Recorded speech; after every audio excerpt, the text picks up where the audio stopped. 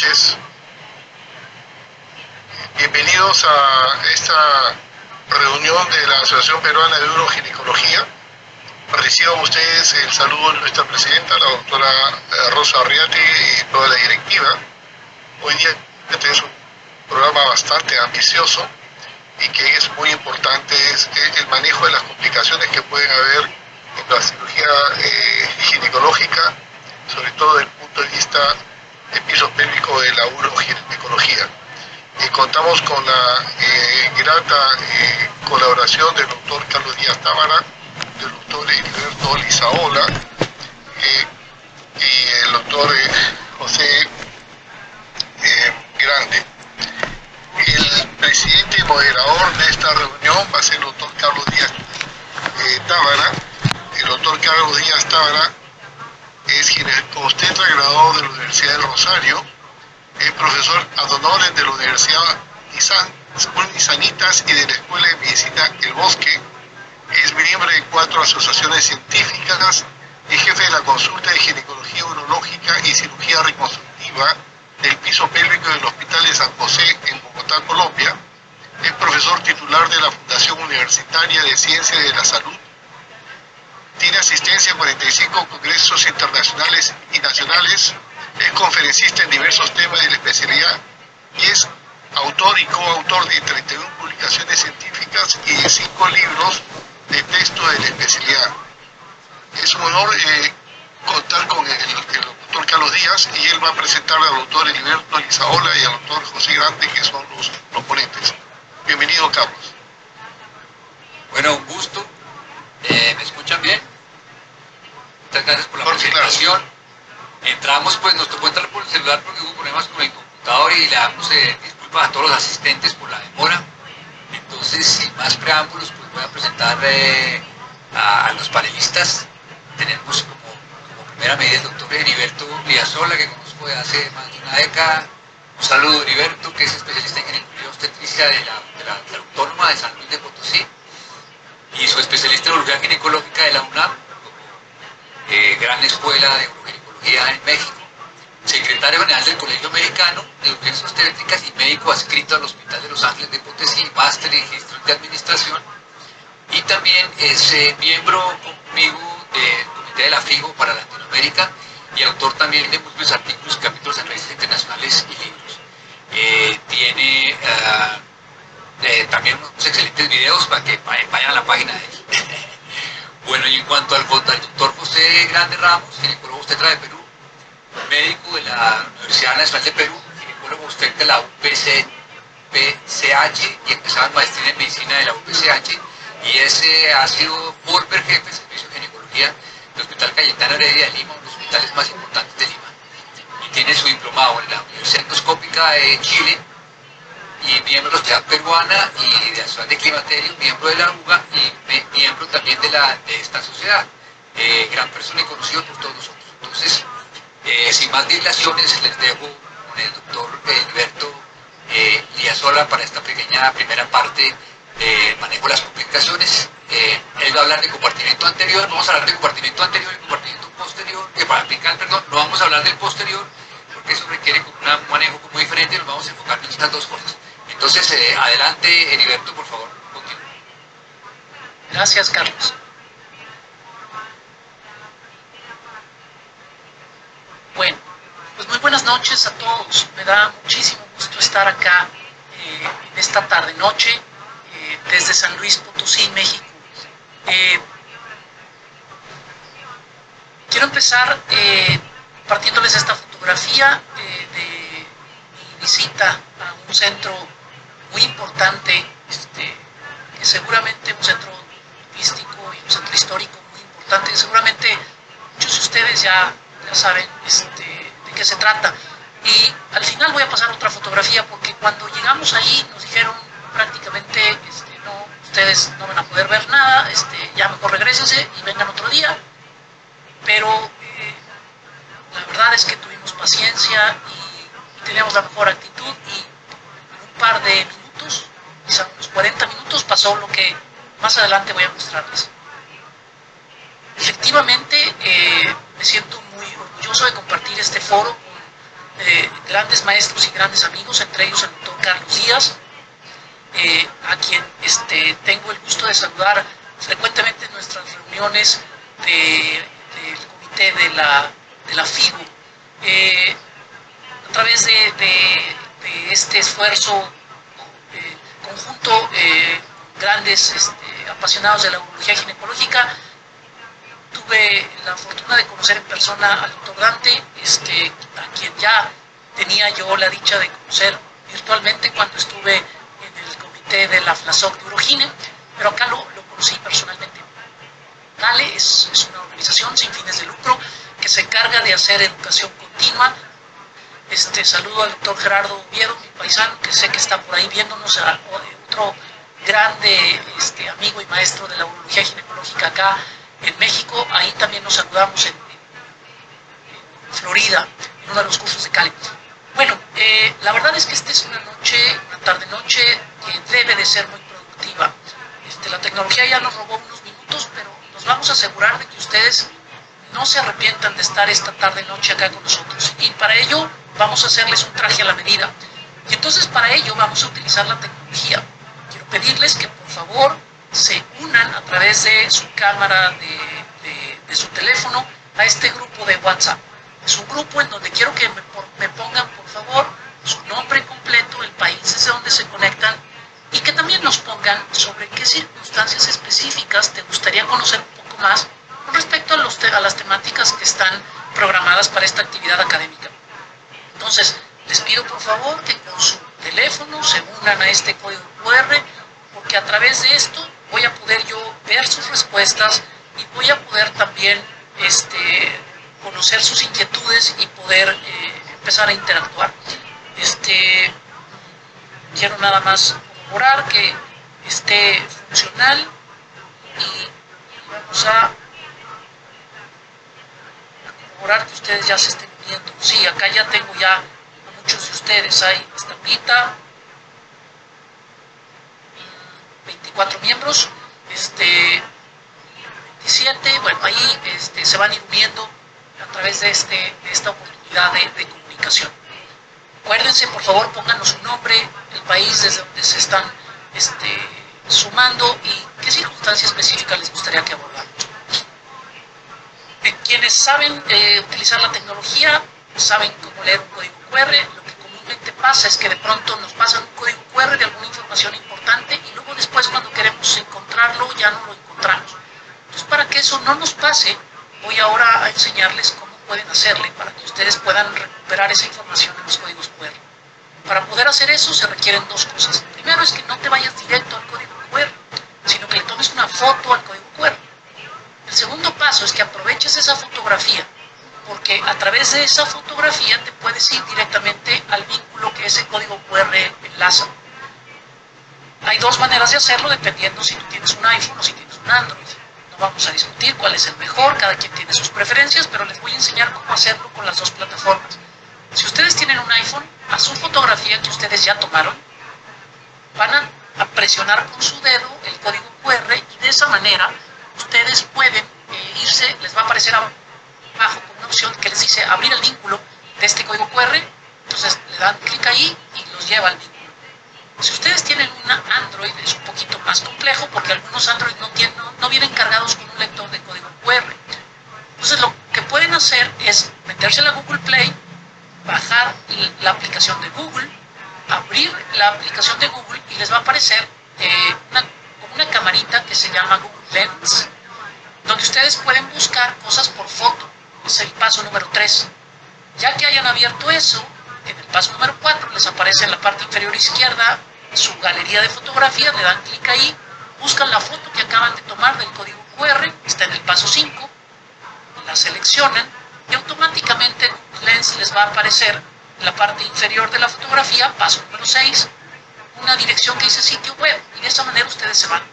¿Por qué les quiero enseñar a leer esto? Porque en la conferencia de esta noche voy a presentarles varias opciones que seguramente van a querer utilizar y que no quiero que se las pierdan. Por eso necesito, los que no saben, que conozcan cómo sacar ventaja de esta tecnología. Esta es la agenda de esta tarde-noche. Este es lo que voy a hablarles, un pequeño encuadre, estamos en eso. Después les voy a hacer una invitación especial para un evento para ustedes. Después vamos a hablar un poquito sobre el compartimento anterior y el prolapso genital, sobre los procedimientos quirúrgicos que se hacen en esta zona. Vamos a abordar las complicaciones y vamos a cerrar con algunas recomendaciones. No tengo ningún conflicto de interés en nada de lo que voy a hablar en esta noche, pero sí aclaro que esta es una presentación que tiene derechos de autor y no puede ser reproducida a menos de que tenga la autorización del autor. Pues bueno, mencionamos. Quizá el único conflicto de interés que tengo es que estoy abierto a invitaciones para poder ir nuevamente a visitarles, a conocer a esa gente tan hermosa de Perú y a poder degustar de una cusqueña o de un pisco sour o de una Coca-Cola, una Inca-Cola. Sí quiero conflictos de interés que me permitan poder disfrutar de estas y muchas otras de las cosas maravillosas que ustedes tienen allá. Mi nombre es Heriberto Lizaola y aunque efectivamente tengo, por ejemplo, con Carlos más de 10 años de conocerlo, a Carlos le pasa lo que le pasa a muchísima gente, que es el hecho de que mi apellido es poco común en Latinoamérica y entonces es difícil que lo recuerden. Pero a partir de esta noche, a Carlos y a muchos de ustedes que no tengo el placer de conocer, voy a ayudarles a que lo recuerden. Primero quiero que recuerden que soy de México y acá en México todos ustedes tienen su casa, tienen un corazón y dos brazos y dos manos listos para sumarnos a los esfuerzos de la salud pélvica femenina. Mi nombre es Heriberto y mi apellido es un apellido de descendencia vasca que está compuesto por varias letras, pero que si las juntamos se lee lo que se lee con esta asociación gráfica. Esta de aquí es Lisa Simpson, y esta es una Ola. Entonces, si ustedes pegan Lisa Ola, es más fácil que ustedes puedan recordar mi apellido. ¿Y por qué es importante que recuerden mi apellido? Porque a través de Twitter, mi usuario es, ahora ya se llama X, mi usuario en X es @dr de doctor Lisa Ola. Van a poder ustedes consultar la información que esta noche estoy compartiéndoles. Efectivamente, ya les decía, soy un ginecólogo y estoy en México y actualmente estoy desarrollando el honroso papel de presidente ejecutivo del Congreso Mexicano de Ginecología y Obstetricia, y para ello es esta invitación especial que les dije que les iba a hacer. Pero antes de eso, hay mucha información académica sobre estos y otros temas, en los temas que me apasionan, que son muchos, y estos son los canales que ustedes pueden consultar esa información. Ya sea en YouTube o en X, pueden encontrarme como DR Lizaola, o los que tienen Facebook, también ahí me pueden encontrar como DR Lizaola. La invitación especial consiste en preguntarles primero qué van a hacer del 3 al 7 de noviembre de este año. Porque si todavía no tienen un plan, les voy a proponer un plan fantástico. Y ese plan es que nos acompañen en nuestro Congreso Mexicano. Es el Congreso, nuestra fiesta académica más grande que hacemos en México, y tengo la fortuna de decirles que al día de hoy tenemos registrados a cerca de 17 peruanos. Muchas gracias por confiar acá, y a los que todavía no se inscriben, hoy pretendo darles algunas razones más para que lo hagan, y este es otro código QR que les invito a que le tomen una foto y que lo aprovechen. Con este código QR ustedes pueden automáticamente guardar las fechas del evento en su calendario de su teléfono para que les sirva para irse quitando las consultas y que no tengan el pretexto de que ya tienen la agenda llena y que puedan acompañarnos en Acapulco. Vamos a tener muchísimas actividades. Nuestros congresos nacionales los estructuramos de manera que primero hacemos unos cursos precongreso con temas específicos, luego hacemos temas transcongreso, que así se llaman, y luego hacemos dinámicas de conferencias especiales y hacemos talleres y hacemos muchas cosas que seguramente les serán de muchísima utilidad, además de que nos va a servir como un bonito pretexto para vernos, abrazarnos y conocernos. ¿Dónde pueden inscribirse? Pues en la página oficial. Ahorita se las voy a recordar. ¿Cuánto cuesta? Pues depende. Para Perú cuesta, si se inscriben ahora, 1,800 soles peruanos, pero si son de algún otro país, ahí están los costos que ustedes van a poder conocer, y se pueden inscribir y pagar directamente con su tarjeta de crédito o de débito a través de la página 72 CMGO, que es las iniciales del Congreso Mexicano de Ginecología y Obstetricia.org. Ahí está el maestro Gerardo Oviedo, el que está en el centro, el más guapo de la foto. Ese es el doctor Gerardo Oviedo, un saludo. Y ahí seguramente ustedes reconocen a algunos otros. Ahí está también Marta. Saludos, no sé si esté por acá Marta, pero saludos. Bueno, decía Miguelito, si antes de empezar lo que hay que hacer, empezamos lo que tendremos que haber hecho, y para eso vamos. Vamos a hablar sobre las generalidades del prolapso genital. El prolapso de la pared vaginal anterior implica anomalías de soporte en la pared anterior, pero también en los niveles de sustentación 1 y 2 de lance. Casi nunca vamos a encontrar un prolapso del compartimento anterior aislado. Casi siempre hay algunos otros segmentos que están afectados y algunos otros niveles. Dice uno de los grandes uroginecólogos latinoamericanos, que es el doctor Willy Dávila, prácticamente no hay defecto del compartimento anterior si no hay un defecto del nivel 1. Y muchos de nuestros principales problemas con la recidiva es que no vamos a buscar ese defecto y no vamos a repararlo. Nos dijo el WHI que casi el 70% de las pacientes que iban a ese estudio, que no es un estudio que se hizo para prolapso ni incontinencia ni ninguna disfunción de piso pélvico, 7 de cada 10 mujeres tenían algún problema de piso pélvico. Es decir, estamos hablando de algo muy prevalente. Y quienes lo saben van a comprender esta gráfica. Quienes no, les comento, esta es una imagen en donde está representado la pelvis ósea. Está como la paciente un poquito girada hacia uno de sus lados. Esta es la parte del sacro. Acá, en donde está el 3, digamos, es como la frente, el huesito del pubis adelante de la paciente. Es decir, viendo su pantalla de frente, la paciente la estamos viendo como de frente y está del lado izquierdo de su pantalla, está al lado derecho de la paciente. Bueno, aquí está segmentado el útero, aquí no se ve el útero, pero el útero tiene alrededor el anillo pericervical. Bueno, ese es el nivel 1 de sustentación de lance. El nivel 2 es toda la parte lateral de la vagina, el famoso paracolpos, y ahí está desde atrás de la asipsis del pubis hasta la espina, el arco tendinoso de la fascia de la pelvis. Ese es el nivel 2. Y el nivel 3 es a nivel del cuerpo perineal. Esto es para irnos situando. Esta es otra vista que está girada del otro lado. Acá está el anillo pericervical, acá está la vagina, esta es la uretra. Y aquí vemos cómo el ángulo de la vagina es un ángulo que está no recto, sino que si nosotros tenemos a la paciente explorando la acostada, está primero horizontal y luego se va hacia atrás y hacia abajo. Esto es importante que lo comprendamos porque cuando medimos los niveles de sustentación, medimos y sacamos nuestro grado de prolapso, tenemos que tener visualmente claro qué es lo que estamos midiendo y tenemos que recrear en nuestra mente cuando una paciente tiene prolapso, cómo debieran de estar sus estructuras para que nosotros en la reparación vayamos a buscar dejarla lo mejor anatómicamente posible. Es muy frecuente el prolapso del compartimento anterior. Se estima que entre el 15 y el 20% de las pacientes van a requerir algún tipo de cirugía para prolapso de este tipo, y lo más grave es que el 30% de ellas va a requerir una nueva cirugía. Y es que esto es lo que yo quisiera que ustedes tuvieran claro. Quizá hay muchos ginecólogos que al terminar esta conferencia, si no aclaramos esto, pudieran quedarse con la idea de las feas fotos que les voy a mostrar, que sí les voy a presentar fotos de cosas feas, pero no es con la intención de que ustedes se asusten y dejen de hacer esto. Es con la intención de que ustedes puedan poner atención para que no les pase esto a sus pacientes. Pero el demonio más grande contra el que nos tenemos que pelear, y lo que tienen ustedes que tener claro, es que el prolapso recidivante es el principal de las complicaciones a mediano y a largo plazo. Y eso muchas veces es a lo que le hemos perdido el miedo. Y la única manera de con hechos demostrar que no le hemos perdido el miedo es seguirnos actualizando con estos nuevos paradigmas de reparación del piso pélvico.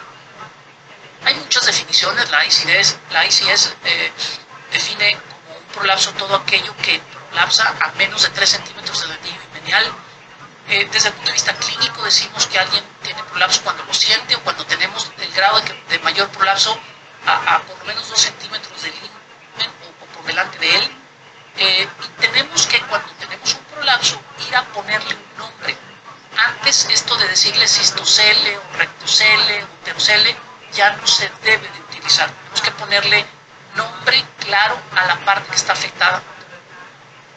Es importante que comprendamos que la vagina tiene en sus tercios superiores esta parte de sustentación, pero en su tercio distal esto ya no tiene un soporte como tal. La vagina, que tiene esta forma romboide que se va ampliando de afuera hacia adentro, bueno, es algo que debemos de tener estructuralmente en nuestra cabeza, pensando en cómo vamos a repararlo y cómo debiera de estar las estructuras. ¿Por qué es importante comprender esto? Bueno, pues porque uno de los principales errores en la reparación quirúrgica es que el médico se quedó con la idea de que la famosa colpito involucraba solamente cerrar la parte que estaba abierta, que usualmente era el defecto transversal, el defecto longitudinal central, que aquí lo vemos en la línea roja.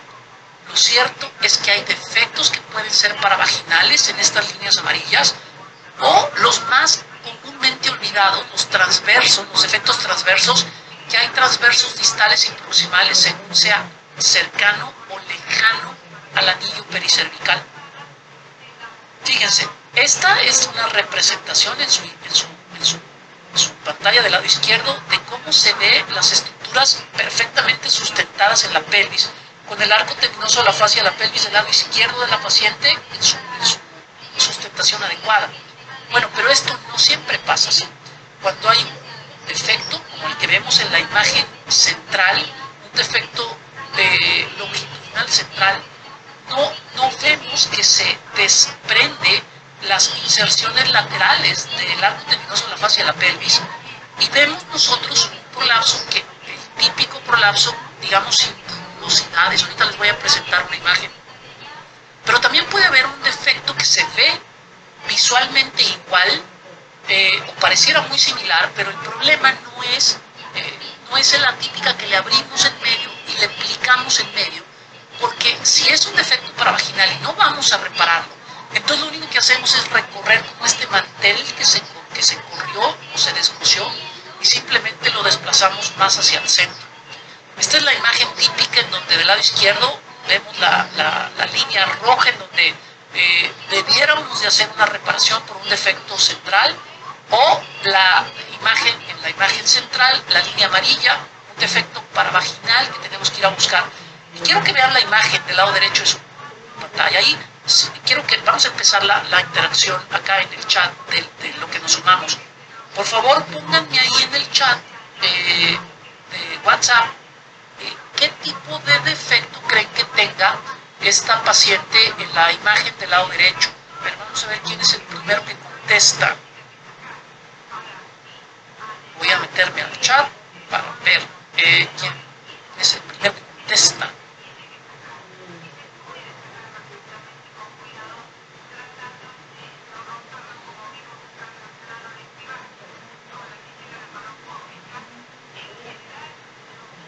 Dice acá, defecto central, el doctor Israel Ceguera. Dice acá el doctor Marlon Pérez, apical anterior. Alejandra Heredia, central. Dice por acá Edil Serna, ambos.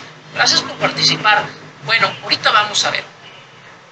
Lo cierto es que la mujer que está sintomática y que rechaza o no se beneficia de un tratamiento conservador es candidata a hacer una cirugía.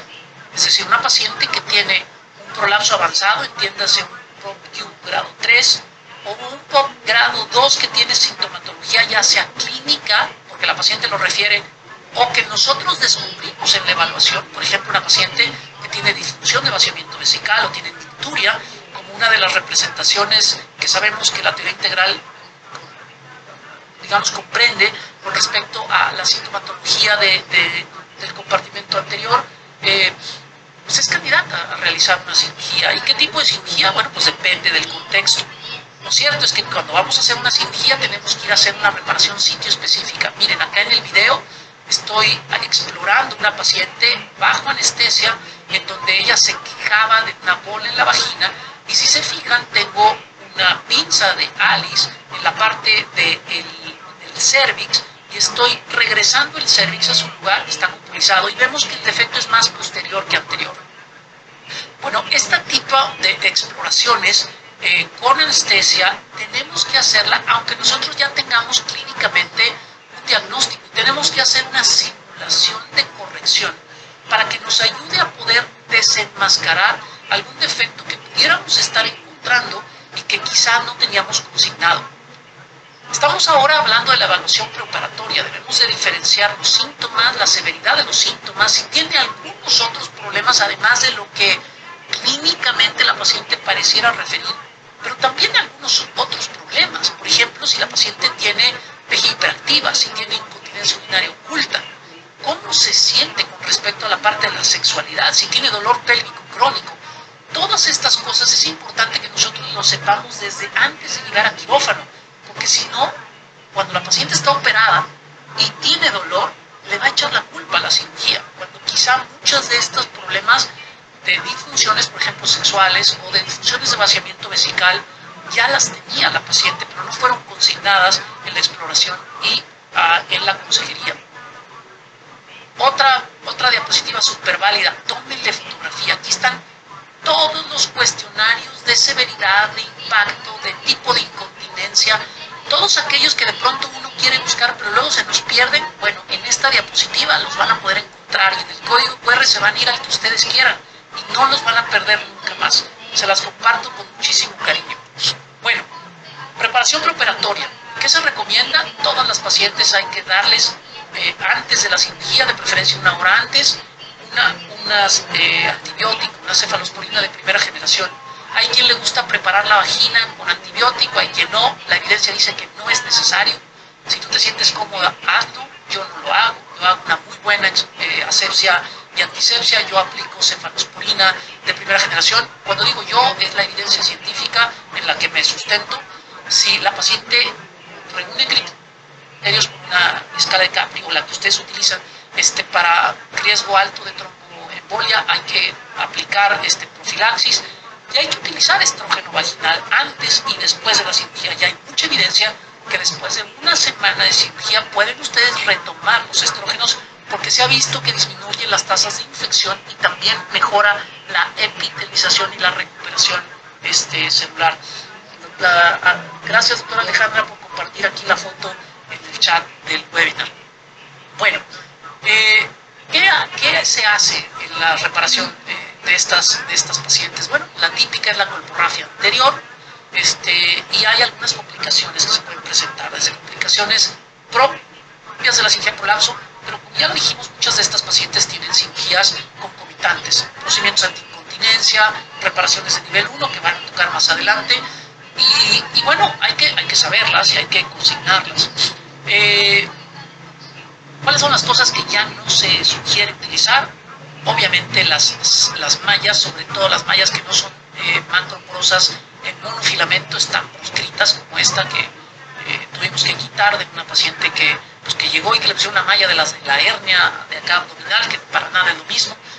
La FDA ya no permitió poner mallas. En Latinoamérica se siguen poniendo mallas y las mallas no son las malas son las indicaciones inadecuadas, los procedimientos inadecuados, las mallas que no son del tipo macroporoso monofilamento, y las malas son las indicaciones inadecuadas. Sin embargo, si tú no quieres tener un problema, no utilices malla. Hay procedimientos utilizando tejido nativo o utilizando suturas con fijación a tejidos que están libres de estos riesgos y que son muy efectivos. Pero hay algunos otros riesgos y hay que hablar de algunos cuidados postoperatorios. Una de las complicaciones más comunes es la disfunción de vaciamiento vesical. No sé quién de ustedes conoce el nombre de esta doctora. A ver, voy a esperar a ver si en el chat alguien me pone, por favor, el nombre de esta doctora. A ver si hay por ahí alguien que lo conoce. Gracias a todos los que ya se sumaron. Ya tenemos 73 miembros. Los otros se van a arrepentir de no estar acá sumados en el chat, porque acá les estamos compartiendo y les vamos a compartir información importante. ¿Nadie sabe quién es esta doctora? Bueno, pues esta doctora tiene nombre de sonda. No se les va a volver a olvidar. Esta doctora se apellida Fowler y es una doctora que describió el síndrome de Fowler. El síndrome de Fowler es un problema neurológico en donde existe una falta de inhibición de la estimulación eléctrica de la uretra, impide una relajación uretral y eso genera una retención urinaria. esa paciente que la operaron de una cesárea o de una cirugía y que después no pudo orinar y que no está obstruida por un procedimiento malamente ajustado. Es decir, una paciente que no debiera de tener problemas para orinar. Bueno, quizá esta paciente ya tenía un síndrome de Fowler, pero el dolor postquirúrgico inadecuado, que es una de las causas de desencadenamiento o de un síndrome de Fowler transitorio, puede ser la causa de la dificultad de vaciamiento. Hay básicamente 3 tipos de complicaciones: las transquirúrgicas, las tempranas y las tardías. Las transquirúrgicas le echamos la culpa siempre al ayudante. Aquí está el doctor Josué, que es mi ayudante. Las tempranas las reconocemos ahí, digamos, de manera temprana, y las tardías casi siempre le queremos echar la culpa a alguien más. Aquí le vamos a echar a Paulina, que es mi instrumentista, pero pues lo cierto es que no. Lo cierto es que todas son y deben ser responsabilidad absoluta de nosotros, y así con ese grado de compromiso tenemos que enfrentarlas. Cuando nos va bien, salimos en la foto y sacamos videos de lo más bonito. Cuando nos va mal, normalmente no sacamos esas fotos o esos videos. En mi canal de YouTube yo tengo fotos de algunos procedimientos que hicieron extrusión, de las primeras que nosotros hacíamos o de algunas que hacían algunos colegas y nos llegaban, y ahí ustedes pueden ver algunos de los videos de estas incidencias. Pero lo cierto es que se presentan y no hay que tenerle miedo a que esto se presente, que hay que tenerle miedo a que sigamos repitiendo los errores que nos llevaron a ellas. Cuando a mí me invitaron a participar con ustedes y me dijeron, quiero que nos hables de complicaciones de la cirugía del compartimento anterior, dije, ok, ¿de cuál? Y es que todas estas son complicaciones. Y bueno, lo cierto es que después de hacer un análisis de qué es lo que considero que es lo más importante, hice como una curación del contenido, y es la que les voy a presentar en esta tarde-noche.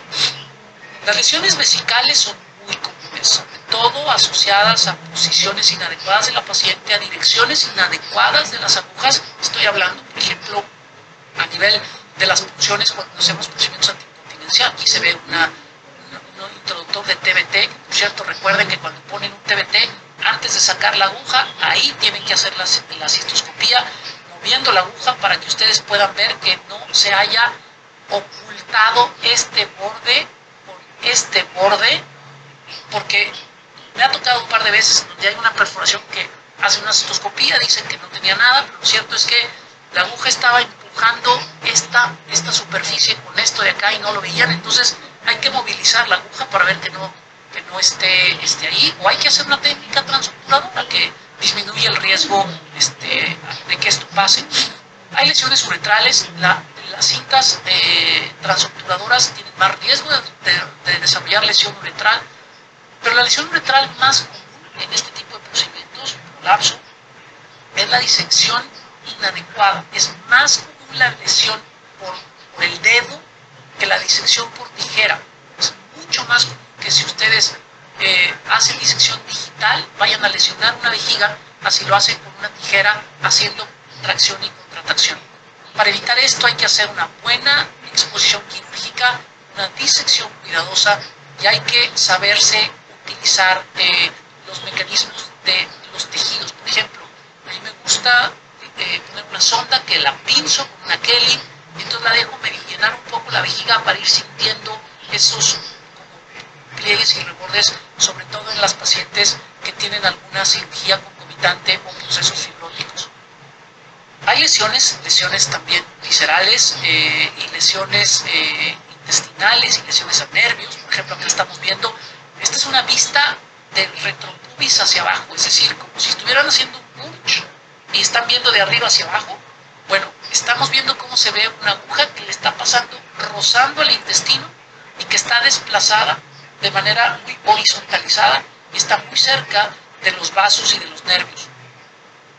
Y esto es lo que no queremos que pase, y justo esto es lo que dio pie a que se buscara otra vía. Igual es una vista retropúbica en donde estamos viendo una cinta de TBT que pasa por el intestino, y esto pues obviamente es exageradamente complicado y exageradamente grave, pero también exageradamente raro, y para prevenir esto nosotros ponemos una paciente en posición de Trendelenburg, hacemos una posición adecuada para no hiperflexionar la zona de la cadera, nos pegamos en la aguja hacia el retropubis, hacemos una disección casi que nada más para perforar hasta la membrana, es decir, una serie de pasos que desplazamos la uretra con el movilizador, una serie de pasos que seguramente los que saben poner esto lo hacen.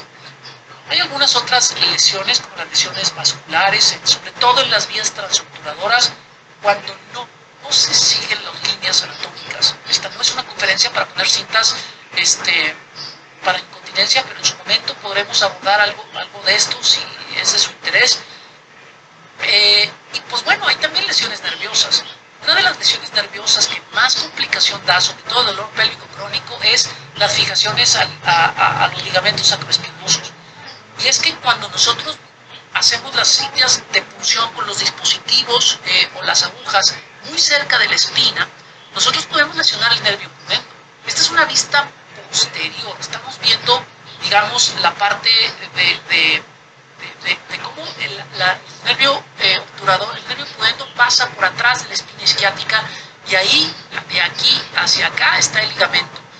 Los sitios seguros de punción de todos los dispositivos que se utilizan para fijar en este ligamento van respetando 2 centímetros al menos de este punto de la espina. Si ustedes se meten 2 o 3 centímetros adentro, es exageradamente difícil que tengan una complicación. Hay también infecciones y abscesos de Fournier y abscesos que se presentan después de una cirugía como estas. Es exageradamente raro y casi siempre tiene que ver más con procesos inmunológicos de la paciente que con una mala técnica de asepsia y antisepsia. Pero pues no por eso vamos a dejar de hacer una muy buena asepsia. Nosotros lo hacemos con Ibisclub, por ejemplo, en vagina. Aplicamos el antibiótico profiláctico y lo que nosotros hacemos también es hacer una jareta alrededor del ano. Después no sé si tengo, creo que aquí en la práctica no tengo un video de cómo hago una pequeña jareta con una sutura que aprieto y al final de la cirugía la quito para nosotros obstruir el ano. Hay quien le gusta poner enemas. Nosotros desde hace muchos años lo dejamos de hacer porque lo único que hace es estarte haciendo que la paciente se esté evacuando en el quirófano. Lo que sí hago es que cuando estoy haciendo la asepsia, muchísimas de estas pacientes tienen la zona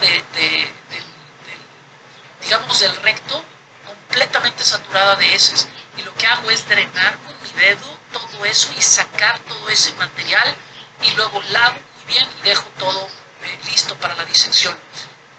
Cuando hay un hematoma hay que ir normalmente, cuando un hematoma que está generando este volumen hay que ir a drenarlo y hay varias estrategias para ello. Hay que buscar el vaso, ligarlo y repararlo. Cuando una paciente, esta es una paciente que me llegó, la habían operado, le pusieron supuestamente un TBT, fíjense cómo tiene una cinta que para nada es la correcta y se le sale un pedazo de la cinta, tiene un gran globo vesical, habían pasado 3 días, la paciente tiene ya una celulitis, está en riesgo de hacer una sepsis. Bueno, en estos casos pues hay que tratarlos empezando por poner una sonda para aliviar esta retención urinaria y hay que empezar desde cero una rehabilitación del piso pélvico.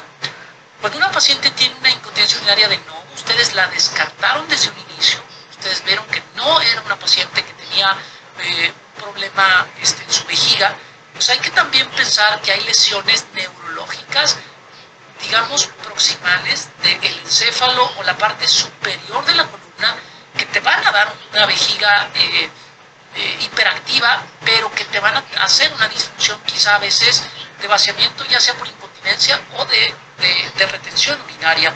Y esta es una manera práctica para poder guiarte en estos casos. Si el problema que tú tienes es dolor, que tu paciente tiene dolor, bueno, pues hay que ir a buscar qué es lo que le está causando el dolor. En este caso estamos viendo una paciente que tiene ahí en el fondo de vagina una sutura no absorbible, producto de una fijación a sacroespinoso, en donde se dejaron las suturas por fuera del epitelio. Y esto es una causa común de dolor. En cuanto a complicaciones tardías, pues está la extrusión de las mallas, ya sea para prolapso o para incontinencia, y cuando eso pasa, si es una pequeña extrusión, quizá muchas veces con estrógeno es suficiente, pero cuando hay una gran extrusión como esta, es muy difícil que los estrógenos den resultado. Es muy difícil que una paciente como esta se complique con una sepsis, una infección grave. La verdad es que no es lo común, pero sí causa dolor, sangrado, infecciones vaginales, dolor dispareunia, se le llama, es de dolor en la pareja, y pues esto hay que ir a quitarlo. ¿Y cómo se quita? Bueno, pues hay que hacer una resección de todo el tejido que está, de todo el material protésico, hay que hacer una disección cuidadosa de todos los bordes y hay que ir a quitar toda la cinta que está, en este caso, generando esta extrusión. Después de que se quitan todo el material protésico, lo que voy a adelantar acá el video por cuestiones de tiempo. Después de quitar el material protésico, lo que hacemos es dejar bordes libres de tensión para hacer un flap que permita, estoy ya casi por quitar esta sutura, hay que utilizar la tracción y contratracción, ahí las estoy quitando y ahorita les presento una fotografía del material pues que ya se resecó. Cerramos en dos planos para tratar de generar un mayor grosor del epitelio y después damos estrógenos. Hubo dispositivos hace unos años que se hicieron de silicón, que se vio que el cuerpo literalmente nunca los iba a poder procesar y que tuvimos que quitar con el tiempo. Una paciente que tiene una perforación vesical por un TBT inadvertida, que tiene la cinta expuesta, lo más probable es que cause infecciones urinarias de repetición y tarde o temprano un cálculo. Esto hay que ir a quitarse y hay maneras endoscópicas. Aquí les estoy mostrando cómo a través de una litotomo o láser nosotros rompimos esa cinta y después quitamos con una pequeña tijera y una pinza este pedazo de cinta que estaba generando problemas. Este dicho me gusta mucho. Dice, Pedro era explosivo, pero no era peligroso. El peligro estaba en Judas, que sonreía y besaba la cara. Bueno, así están las complicaciones que les he presentado. Asustan y todo, pero no son tan comunes. Lo cierto es que la principal complicación es la recurrencia del prolapso y esa tenemos que ir a tratar de prevenirla. Y esto es lo que les voy a hablar en los próximos minutos. Esta es una de las fotos que tuve la fortuna de tomar en una de las visitas que les hice allá. A ustedes quienes no son de Perú, es un lugar maravilloso. Quienes son de Perú, ojalá nos pongan ahí cómo se llama el lugar de la fotografía, a ver si invitamos a los que no conocen esta área para que vayan y les visiten a conocer. Bueno, decía Albert Einstein que ningún problema ha sido jamás resuelto desde el mismo punto de vista desde donde se generó. Pues tenemos que cambiar los paradigmas para poder resolverlo, y es que prolapsos genitales hay muchos y de muchos tipos y la solución es muy diferente de una a otra. ¿Se acuerdan la fotografía y que pusieron acá muchas opciones? Bueno, si ustedes creen que este es un prolapso anterior y toman la típica golpito anterior en donde tomamos el álice de arriba, el álice abajo, le jalamos y le cortamos, lo más probable es que ustedes tengan una complicación. ¿Por qué? Porque miren, ¿qué es eso que está ahí? Pónganme por favor en el chat. Por cierto, gracias José Antonio Lanz por ponerle la referencia de dónde es. Yo me refería más a, sí, es ahí, pero me refería a estas islas flotantes, toda la foto. Pero bueno, alguien que me diga qué es lo que se está viendo ahí, qué es lo que se está, sí, es eso, pues efectivamente Israel. Eso que se ve ahí, muy bien, dice aquí, Arquídide es un enterocelia anterior. Lo que se está viendo ahí que se mueve es la peristalsis del intestino. Entonces, todas las bolas que se salen por vagina deben de ser candidatas a ser evaluadas de una manera integral. Otra foto de otra de las visitas que estuve allá con ustedes. Entonces, hablando de compartimento anterior, tenemos que tener bien claro que hay el compartimento anterior, el medio y el posterior. Hay las estructuras que están englobadas dentro del compartimento anterior y que pueden dar patologías, como la hipermovilidad uretral que causa incontinencia, lo que antes se llamaba isistocele o lo que antes se llamaba ureterocele. Y los efectos de sustentación de ello van a estar originadas en ciertos niveles, como ya vimos, nivel 1, nivel 2 y nivel 3 de Delancey. Acuérdense, estos niveles tienen que ver no con la zona donde está el prolapso, sino la zona en donde se dio este inicio de problema. ¿Qué es lo que hay en el compartimento anterior? Pues es lo que está en amarillo. ¿Qué es lo que hay en el compartimento medio o apical? Pues es lo que está en rojo. ¿Qué es lo que hay en el compartimento posterior? Pues lo que está en naranja. Y cada compartimento tiene sus procedimientos para los prolapsos, y aquí están los que se hacen en el compartimento anterior, que no es el objeto de esta conferencia. Pero sí quiero decirles que hay estudios, este es uno de los más importantes porque es un estudio prospectivo, en donde se vio las complicaciones de la cirugía vaginal a 5 años. Yo hice hace unos años un estudio en donde les pregunté a los ginecólogos que consideraba más experiencia en México, que cómo manejaban, y les ponía yo los datos clínicos de algunas pacientes. Y entonces me contestaban ellos qué harían, qué opción harían. Y lo que les quiero poner acá es que todos, grandes expertos, todos me ponían cosas diferentes. Es decir, cada quien mataba las moscas a su manera. Cada quien tenía una ruta, una vía, un procedimiento diferente para una misma patología. Y es que pasa como, por ejemplo, el Burch. Cuando hablábamos de las complicaciones del Burch, teníamos que especificar qué tipo de Burch, porque cada uno hacemos nuestro Burch, nuestra variante de Burch. Y cuando hablamos de complicaciones, no podemos generalizar. Lo mismo aplica para esto. En esta evolución de la cirugía del prolapso desde 1866, donde se habló de esta reparación anterior, hasta toda la vorágine que se dio con las mallas y los productos y los kits, de lo que revolucionó los años 2000, hasta lo que la evidencia científica dice el día de hoy. No me voy a entender con esto, pero es la evolución de los que nos dedicamos a piso pélvico en el vaivén que hemos ido. Bueno, lo cierto es que hemos tenido la paciencia de mantenernos fieles a considerar que hay opciones muy válidas y que debemos de ofrecérselas a nuestros pacientes para que no tengan complicaciones y recidivas, sobre todo en el compartimento anterior y en el nivel umbre de lance. Pues la evidencia nos está demostrando que efectivamente hay mecanismos como podemos aumentar la tasa de éxito. Esta foto fue tomada cerca de 35 minutos antes de esa primera foto que les puse y me permitió poder ver de manera clara toda la magnificencia de este hermosísimo lugar.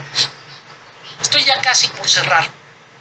Cuando hablamos de complicaciones tenemos que individualizar qué tipo de complicación es la que tenemos que prevenir y cuál es la que queremos anticipar.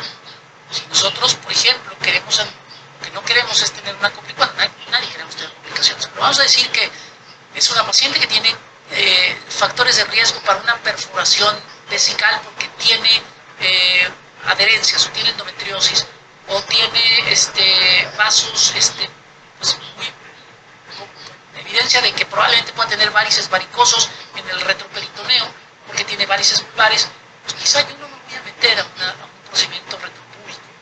O si es una paciente que tiene una cirugía, que quiero hacer una cirugía de prolapso concomitante a un procedimiento antiincontinencia, pues primero voy a hacer el procedimiento antiincontinencia, ya no le muevo y luego me meto a hacer el procedimiento de reparación de prolapso, que eso es lo que normalmente muchos médicos luego a veces tienen la duda. Para cada una de las complicaciones hay una manera para prevenirlo y una manera para manejarlo. No te asustes si perforaste una vejiga con una aguja en un procedimiento antiincontinencia.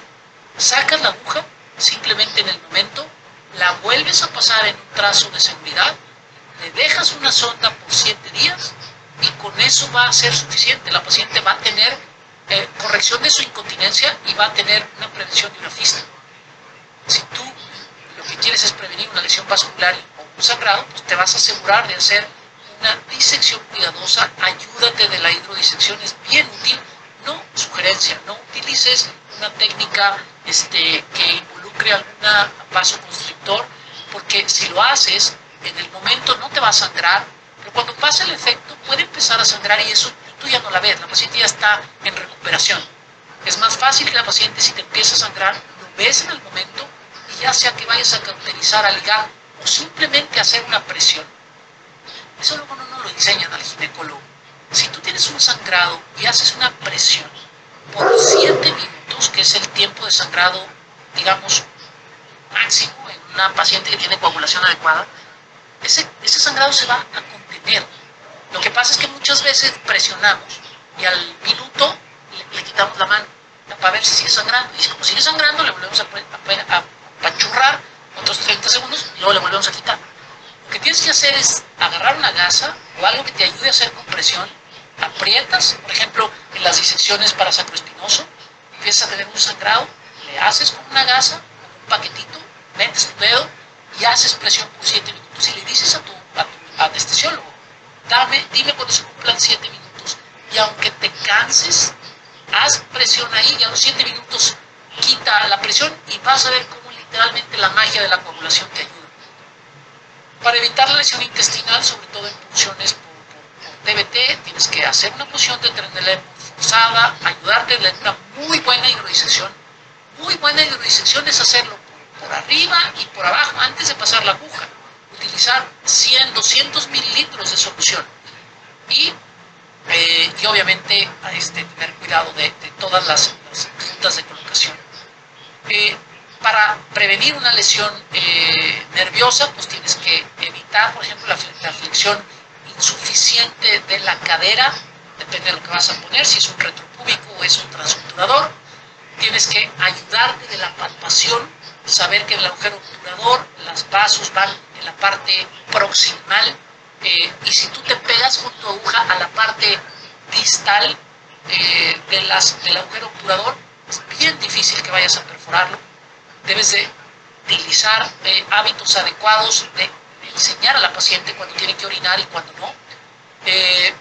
Y cada una de las cosas que están aquí consignadas, tómenle una fotografía porque les va a ayudar. Y con respecto a las complicaciones tardías, pues hay que ir sobre todo a prevenirlas, sobre todo a sospecharlas y sobre todo a manejarlas. Una paciente que le hiciste un procedimiento antiincontinencia, le quitas la sonda y no puede orinar, esa paciente está obstruida y necesitas ir a quitar esa tensión, y muchas veces en esos periodos, en los primeros 7 días, con un poquito de anestesia puedes desplazar, metiendo a través de la uretra, metes un dilatador de Hegar y lo desplazas hacia abajo. Eso es suficiente para que libre de la tensión. Y bueno, esos son algunos tips que en algún momento, en alguna otra conferencia pudiéramos darles. Para la dispareunia, pues hay que asegurarse que no hay otra causa, hay que utilizar lubricantes adecuados, estrógenos, y bueno, cada una de las cosas que aquí está consignada y que ya he mencionado en su momento. En la página, ya estoy por cerrar, en la página izquierda está una paciente que tiene ahí un nódulo de endometriosis, en la parte del centro está una sutura que está en el fondo de la vagina, y en la parte del lado derecho está una paciente con líquen vulvar que ha hecho una sinequia. Estas 3 pacientes tienen dispareunia y las 3 tenían un procedimiento de corrección de prolapso que no es la causa del dolor, y tenemos que ir a buscar la causa para poder saber cómo resolverlo. Con esto estoy ya casi por cerrar. Cuando quieres prevenir complicaciones o cuando quieres abordar complicaciones, tienes que tener bien claro que hay que primero buscar prevenirlas. Cuando tienes una complicación hay que saber, sospechas de una complicación, hay que saber detectarla a tiempo, hay que clasificar el tipo de complicación y hay que saber manejarla.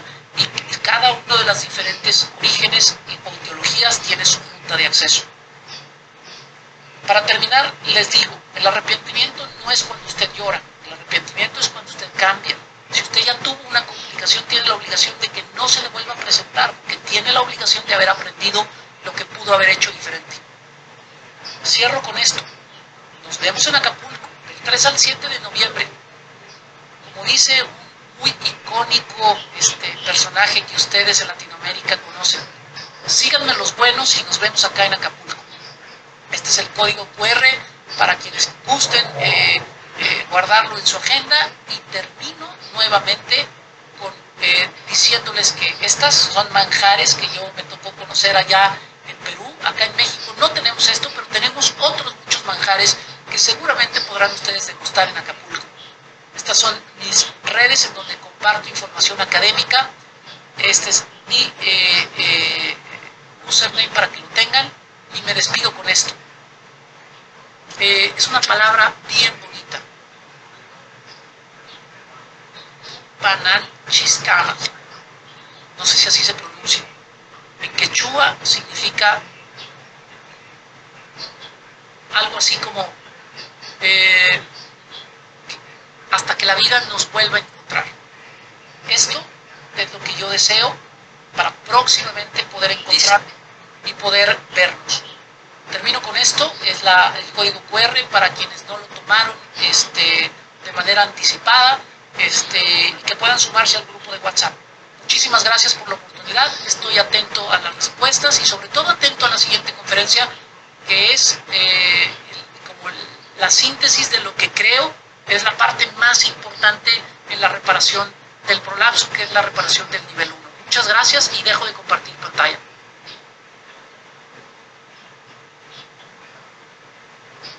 Bueno, excelente.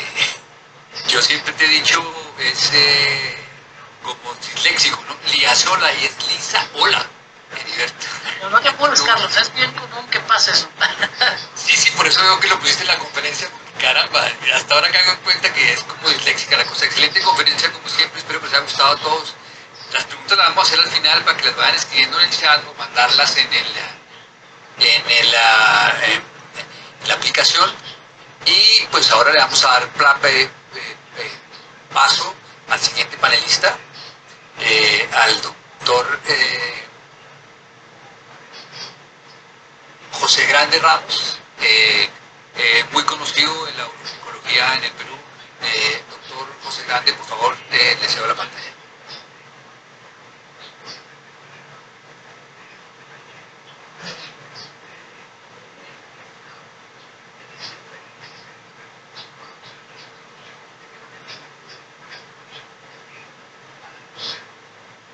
El doctor José Grande es profesor principal de la Universidad Peruana Cayetano Heredia. Es médico formado en la Universidad Nacional Mayor de San Marcos, hizo la especialidad de ginecología obstetricia en la Universidad Peruana Cayetano Heredia. Es egresado de la maestría de la Universidad Peruana Cayetano Heredia y es ex jefe del servicio de ginecología del Hospital Cayetano Heredia de Lima y es fundador de la Asociación Peruana de Uroginecología. Buenas noches. No sé, ¿me escuchan bien, Dante? ¿No? Sí, señor, te escuchamos divinamente. Bueno, ya, perfecto. Antes que todo, felicitar al doctor Heriberto, realmente me ha encantado su charla. Ha hablado varias cosas que de repente también íbamos a decir nosotros, sobre todo la parte inicial, ¿no? Básicamente, ¿de qué se trata esto? De centrarnos un poquito en lo que, al final de cuentas, vamos a ver que son las complicaciones de cirugía de compartimientos médicos. Cosas pequeñas, pero que creo que son importantes mencionarlas para situarnos en lo que hacemos nosotros, ¿no?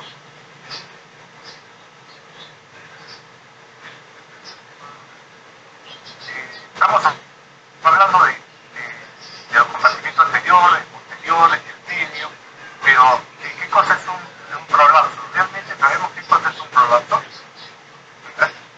Y bueno, no lo sabemos, digamos, ¿no? Es un efecto como una hernia del piso pélvico, en el que va a ocurrir un pasaje de órganos o estructuras de una situación intrapélvica hacia una situación extrapélvica a través de puntos de menor resistencia. Y esto es por un desequilibrio entre las fuerzas de sostén y soporte del suelo pélvico y las fuerzas intraduodenales.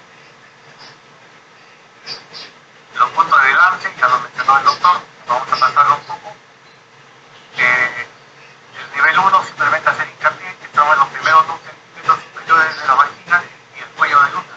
Están suspendidos horizontalmente sobre el fondo del saco de Douglas mediante los ligamentos carinales y uterosacros. Esto vendría a ser la piedra angular de todos los sostenimientos de la vagina y que eso es lo que deberíamos reparar muchísimas veces. Esto es importante, ¿por qué? Porque ahora sacamos el útero para poder señoras, simplemente porque creemos que de alguna manera estamos corrigiendo el prolapso. Realmente esto ya pasó. La histerectomía debe ser una herramienta en caso de una patología y no usarlo a nivel de pensando que eso va a curar el prolapso. Aquí estoy todavía en algunas discusiones, pero yo creo que ese es mi punto de vista. La piedra angular es el nivel 1 de adelante, después lo vamos a hablar. Cuando él se cae, va a quedar todo. Tanto la parte anterior como el posterior, los compartimientos, ¿no? Entonces el doctor hay que dejar de hablar de la resistencia y hablar de compartimientos. El anillo cervical, ahí lo pueden ver ustedes, ahí abajo.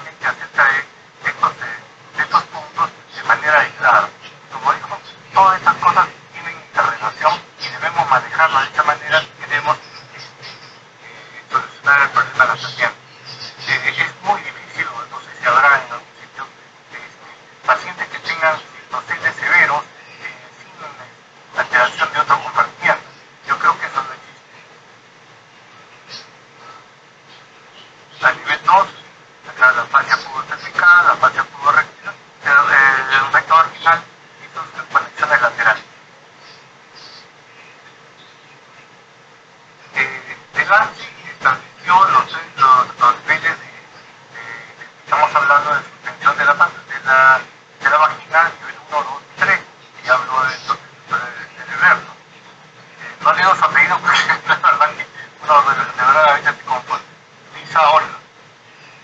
Bueno, lo que estableció el lance, una de las teorías ahora existen, ¿ya? Tenemos una paciente normal que por una situación externa, probablemente el parto, el más importante de todos, el embarazo y el parto, este equilibrio que debemos sacar por un balance de tensiones perfectamente equilibradas, esto se rompe cuando ocurre el daño de los músculos elevadores del ano. Los músculos elevadores del ano y que hacen que se amplíe el hiato de los elevadores, el hiato urogenital. Y eso finalmente va a causar un desbalance de presiones y ese desbalance de presiones va a llevar a esa caída del cuello del útero, ¿ya? Y hacia ruptura, locación de las fascias anterior y posterior. Este es el anillo pericervical y esto es lo que vamos a tratar de alguna manera de reparar. Y el parto vaginal, ¿qué va a ocasionar? Una neuropatía del cuello pudendo, lesiones del diafragma pélvico, y todo esto lleva a una disminución del tono del elevador del ano, una ampliación de todos los yatos, disminución del tono dental, anal, daño digestivo colectivo, y que además con la edad, con la menopausia, con la malnutrición, con el sobrepeso, la genética, va finalmente a haber un alargamiento de todos esos yatos del elevador del ano y urogenital, provocándose los prolapsos de incontinencia urinaria y fecal, además de otros síntomas que pueda tener la paciente. Entonces, ¿qué hacemos nosotros? Vamos a realizar algún tipo de cirugía del compartimento anterior, posterior o medio. Muchas veces son cirugías combinadas. Disculpen que les pase esta foto, ¿verdad? Pero la verdad es que ese del compartimento anterior no es algo de lo que yo voy a hablar, pero me encanta ver cómo han disecado y reparado una fascia anterior y están a punto de repararla en los lugares donde debería estar, ¿no? Los ligamentos cavidales, en la parte central, en el cuello del útero, y en el otro lugar acá, en los abdominales también, haciendo una buena reparación por la parte anterior. Más que la aplicatura en la línea media, es muy cuestionada, ¿no? La técnica operatoria, las complicaciones que vamos a ver van a depender de todas esas cosas anteriores de las que hemos hablado rápidamente, ¿no? Si no conocemos a la paciente, no conocemos la fisiopatología, no conocemos la anatomía, vamos a errar nosotros y esta va a ser parte del origen de las complicaciones.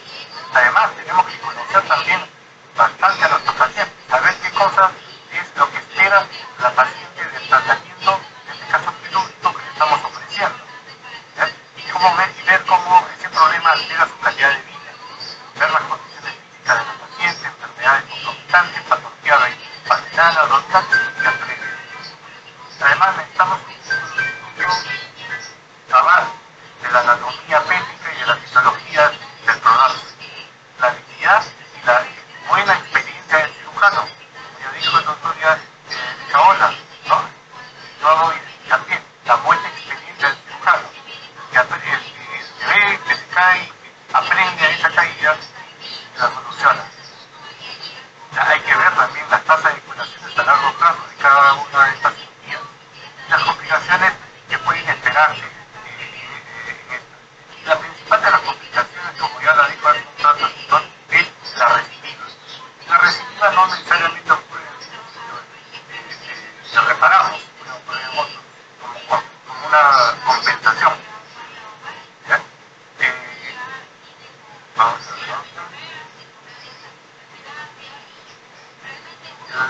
El compartimento medio vertical básicamente son las que he puesto acá, promontorio sacro por vía abdominal, abierta la prescópica robótica, al ligamento superosacro, al ligamento sacroespinoso por vía vaginal o superoscópica también por el exterior vaginalista, y una cuerpo apéndice terapia transnuncial y al ligamento de quinta por vía abdominal. Estas complicaciones van a depender del paciente, de las mallas, del uso o no de las mallas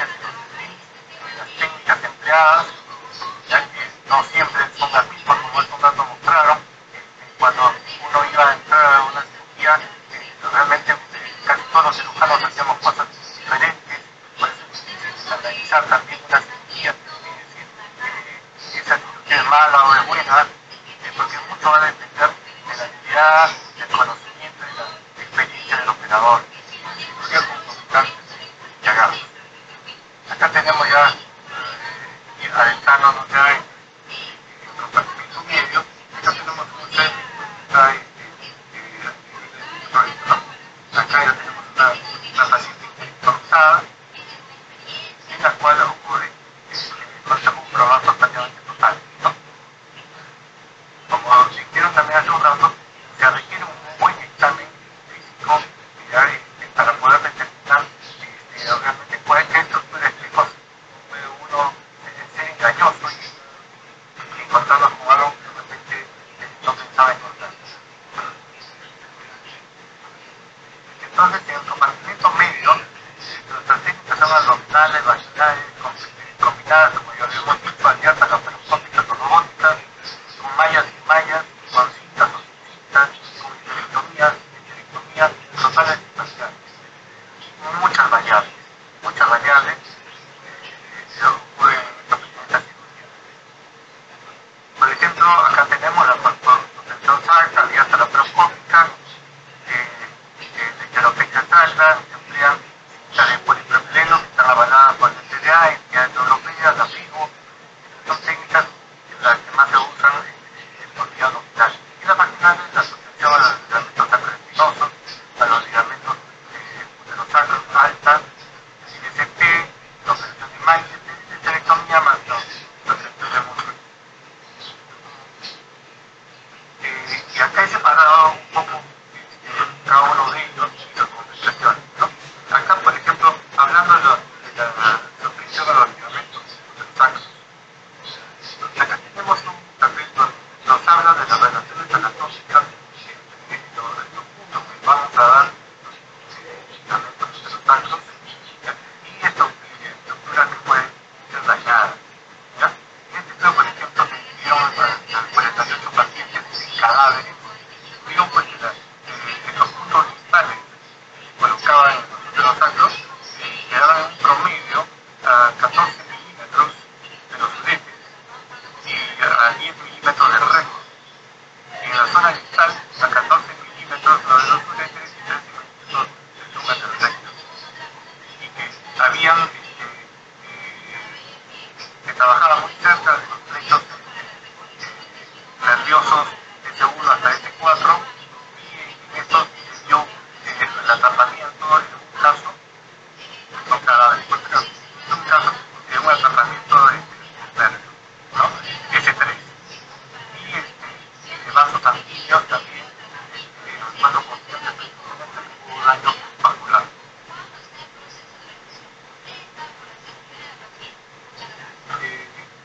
Ya de esta misma técnica, el ligamento uterosacro, es posible ver injuria de los nervios sensitivos. En este papel donde se examinaron 182 pacientes, se vieron 7 pacientes en los cuales había ocurrido aparentemente un daño durante la cirugía. De esos 7 pacientes, se realizó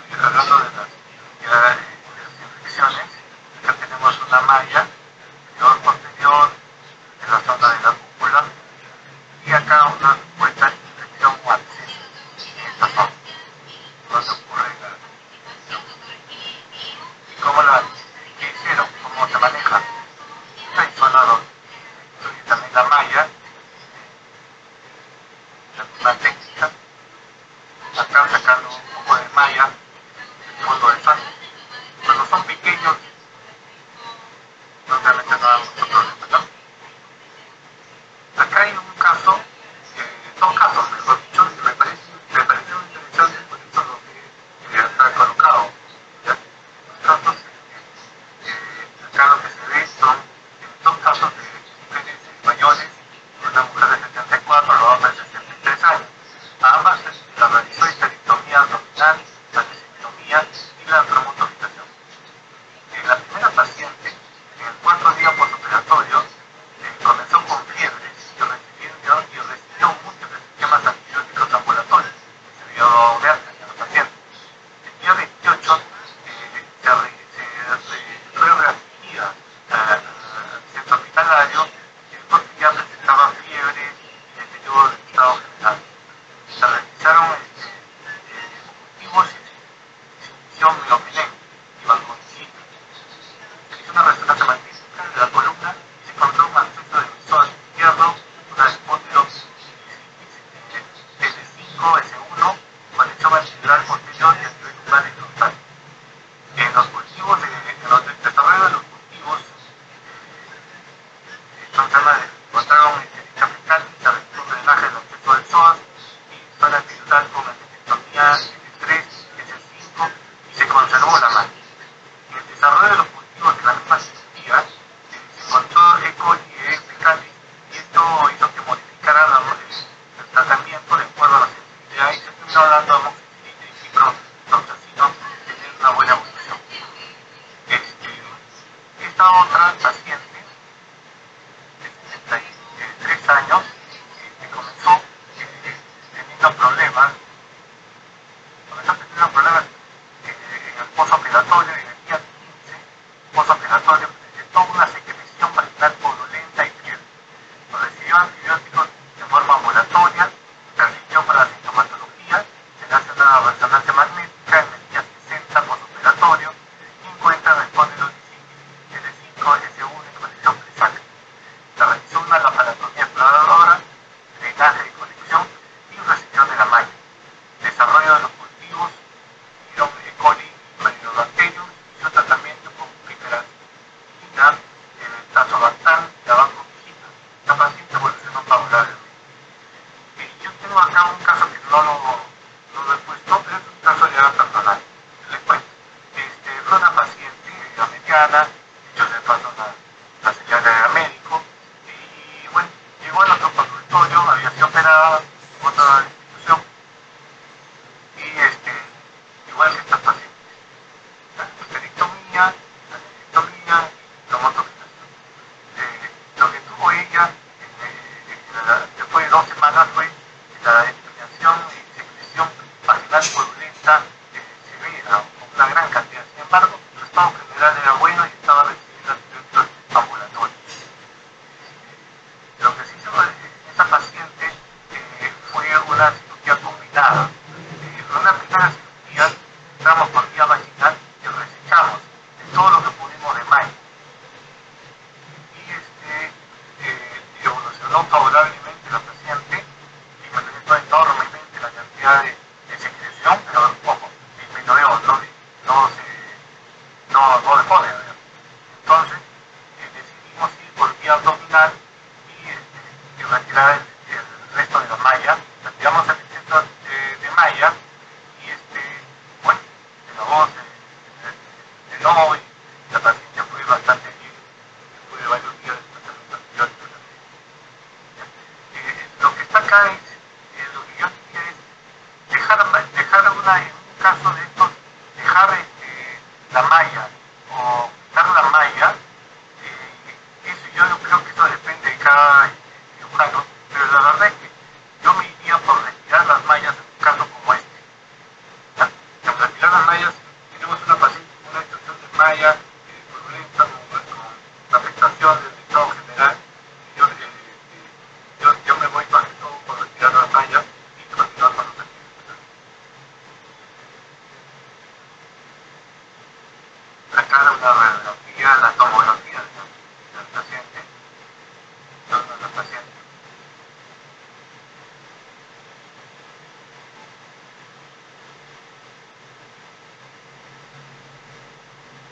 todas maneras, pues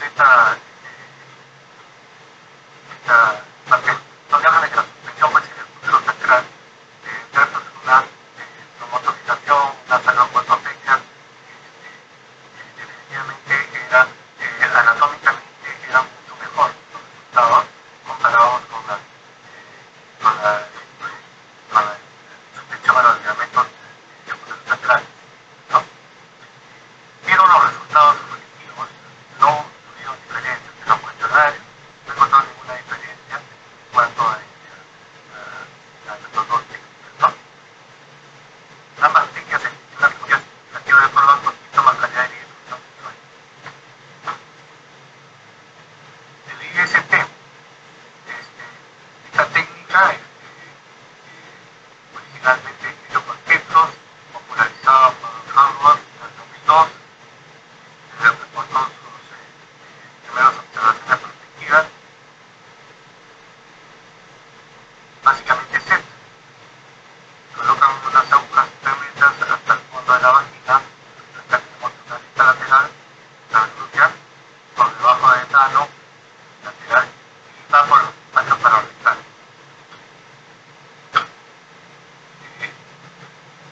Los riesgos potenciales acá, cualquier dispositivo, no necesariamente tiene que ser, sino cualquier dispositivo con agujas, es la incisión ciega muchas veces, por donde nos pasemos, sea el programa obturador, la fósito dental, músculo coccicio, ligamento epigmentoso. Las agujas van a cerca vasos, nervios y órganos de la piel y principales. Las complicaciones de este IST son básicamente sangrado, infección, presión al material de la cinta y falla del procedimiento. Este es un esquema, nos están pasando la aguja, pasamos acá en estas ramas vasculares, para paradental, y en algún momento podríamos nosotros hacer daño a todas estas estructuras. Estas son pacientes con tema de servicio. En el 2008, un trabajo que presentamos, 53 pacientes, tuvimos 5 excepciones de mallas, una objetiva, pareunia, ortopédico, 4 infecciones de la presión apical, un hematoma de la región glútea, 3 infecciones de la zona de punción y una lesión del recto, que es requirió colostomía y reparación posterior. Pueden llegar a ser severos y aparatosos estas complicaciones. Acá nosotros procuramos el retiro de la malla todo lo que se pueda, los antibióticos, y generalmente nos ha ido bien. La suspensión a ligamentos arteriosos por vía vaginal o laparoscópica se puede hacer por vía vaginal o laparoscópica. Por el vía yo uso más la vía vaginal. Se puede hacer con aparatos, o se puede hacer con dispositivos que facilitan el pasaje de hilos adecuados, ¿no? Acá tenemos un complejo músculo ligamentario espinoso, músculo coccicio. A este nivel, cerca de la espina, detrás, pasan pasos pudendos, nerviosos, detrás, a nivel medio, detrás va a pasar la arteria de los ramas de la glútea, y más pegado a la columna, el ente nervioso también. Entonces, esta vendría a ser la zona donde podemos nosotros poner nuestros puntos, ¿ya? Se puede poner diversos tipos de aparatos. Yo generalmente uso la técnica de revisión clásica, hago una disección y bajo visión directa pongo mis puntos, ¿ya?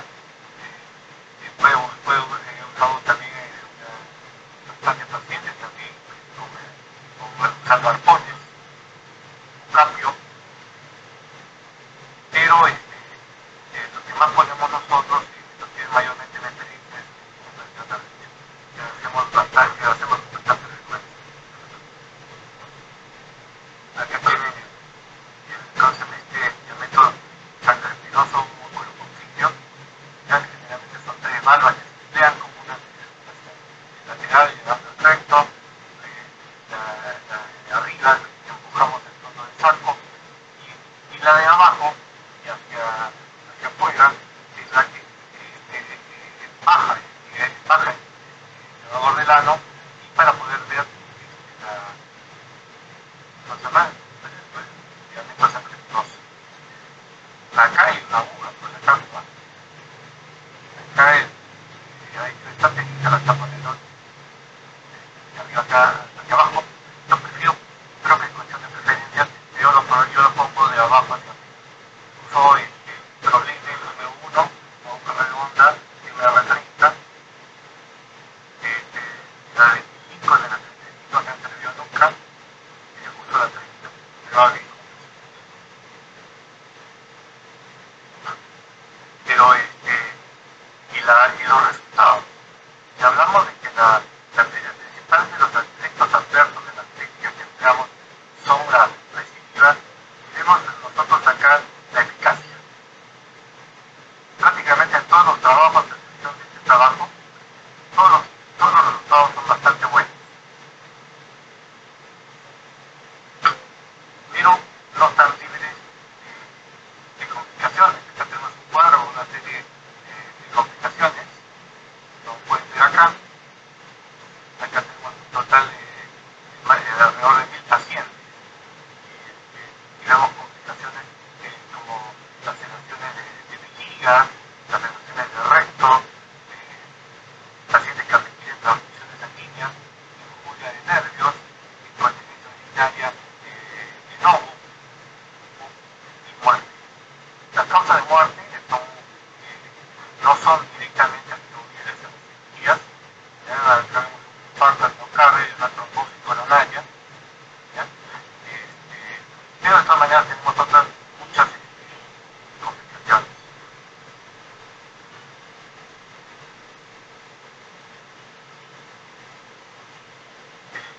Esta suspensión del medicamento cerebrinoso que fue primeramente escrito por Richard en el 78. Acá estamos viendo nosotros algunas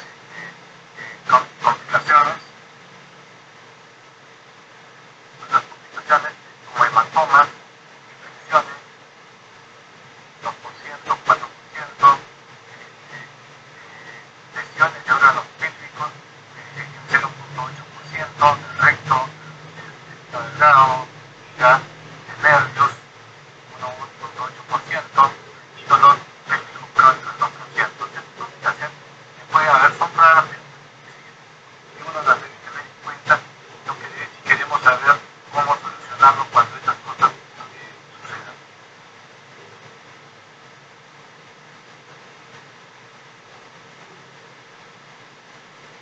Tenemos un estudio de 695 pacientes.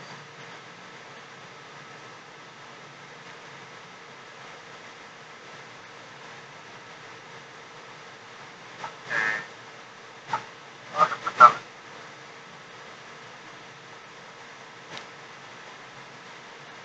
Nuevamente los beneficios que no deben mencionar. Esto me parece interesante. Manejo de la hemorragia venosa y arterial durante una aplicación de alimentos cerebrinosos. Y se describió como un efecto raro. Se dijo que era entre el 0,2% y el 2%. Pero que cuando esto ocurría, podía pues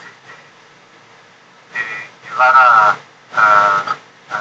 una enorme morbilidad de los pacientes. Que cuando son lesiones venosas, se ha visto que la mayor parte de las veces pueden ser corregidas con compresión. Hace un rato el doctor Pizaola nos decía 7 minutos, la verdad que no se presentó más tiempo. Deben ser los nervios. Pero incluso lesiones venosas pueden ser intensas y pueden requerir transfusiones. Las lesiones arteriales son de muy difícil acceso, sea por vía vaginal o por vía anatómica. Muchas de estas complicaciones arteriales tienen que ser, digamos, sospechadas, las pruebas adecuadas para poder saber qué cosa es lo que está pasando y muchas veces puede llegar esto a angiografías, a embolización, ¿ya? Para poder controlarlas.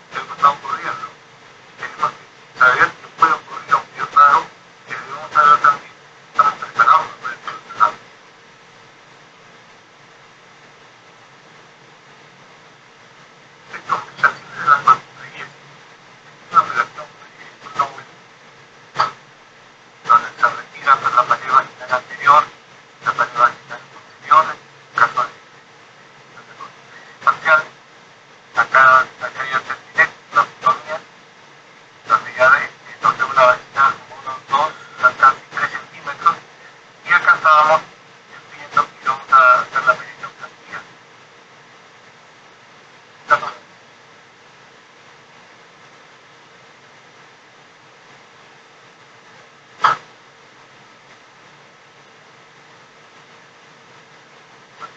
Lo paso nomás en un video, pero parece que no lo tengo congelado.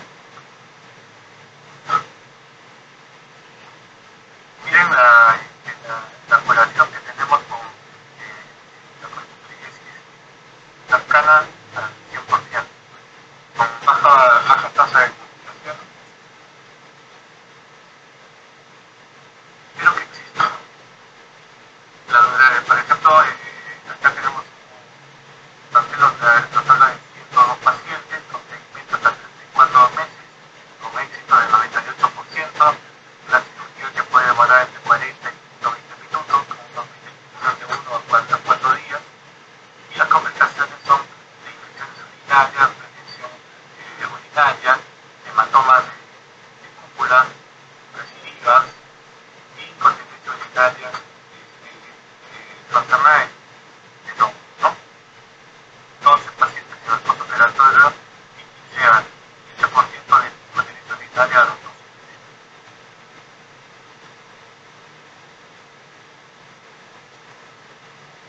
Y tener en cuenta una cirugía reconstructiva en una mujer mayor de 80 años, más o menos de 80 años,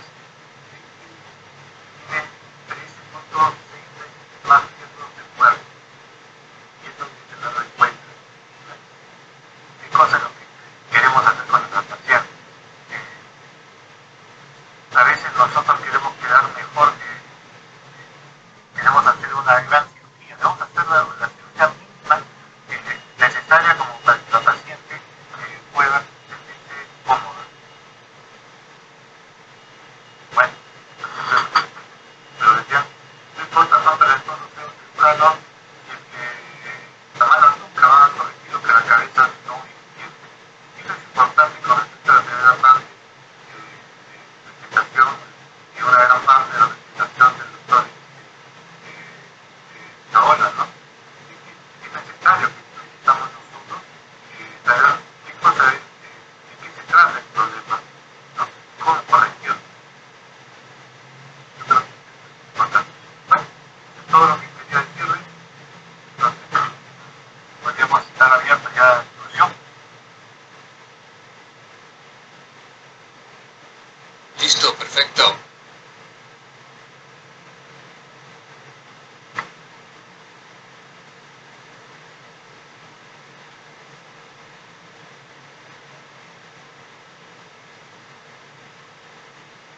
Doctor Carlos Díaz, ¿puede iniciar la moderación? Gracias. Bueno, muchas gracias a nuestros conferencistas, al doctor Lisa Ola, para decirlo bien, y al doctor José Grande por su experiencia, personas de grandísima experiencia. Pues tenemos una serie de preguntas en el panel y vamos a empezar pues con dos cosas muy sencillas, porque ya también por la hora ya estamos casi media hora atrasados. Y bueno, una cosa es, bueno, ¿ustedes qué opinan de a veces en el diagnóstico de la cirugía de piso pélvico? Uno de los factores de riesgo es tener un problema de una abulsión, una disfunción de los ligamentos del músculo, los músculos puborectales. Si ustedes solucionan eso o no en la cirugía de prolapso en general, o simplemente se bastan con pegar las fascias al músculo, o procuran hacer esto o no, o hacen su corrección, digamos, sitio específica o no, esa es una de las preguntas. Para ambos panelistas, el primero que quiera contestar.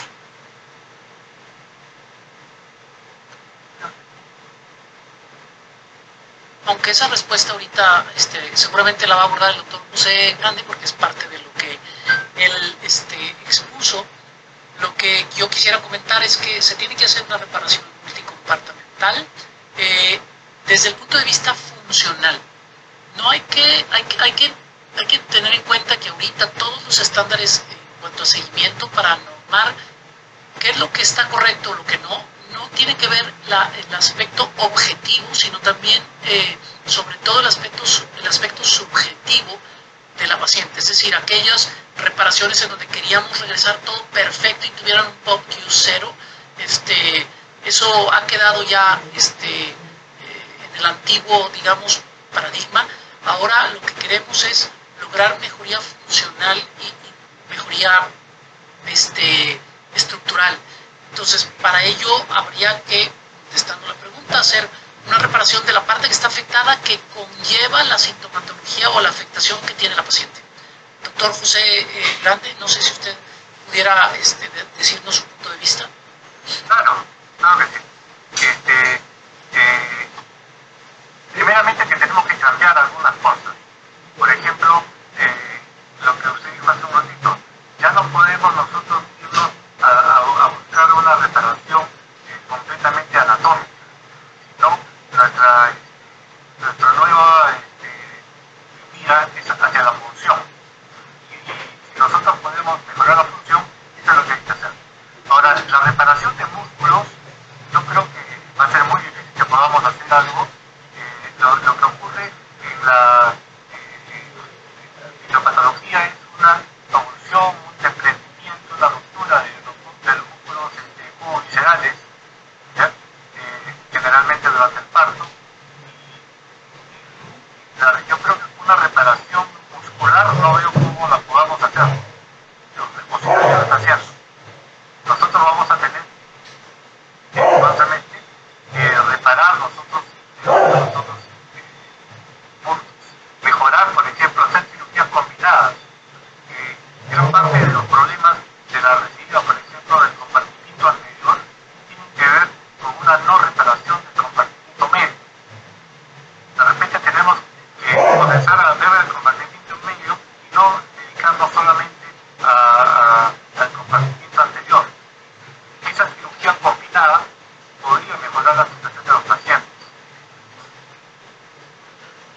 Ok, perfecto, correcto, sí tiene razón. Yo lo que intentamos en la cirugía es el doctor Peter Dietz, que intentaba colocar las mallas y buscar la evolución, pero yo creo que si uno hace la cirugía específica y va colocando los puntos a los arcos tendíneos, al arco tendíneo elevador del ano, al arco tendíneo del piso pélvico, el elevador, el ATPL y el ATPF, y también el recto vaginal, con eso es suficiente para reparar y poner la estructura en puente.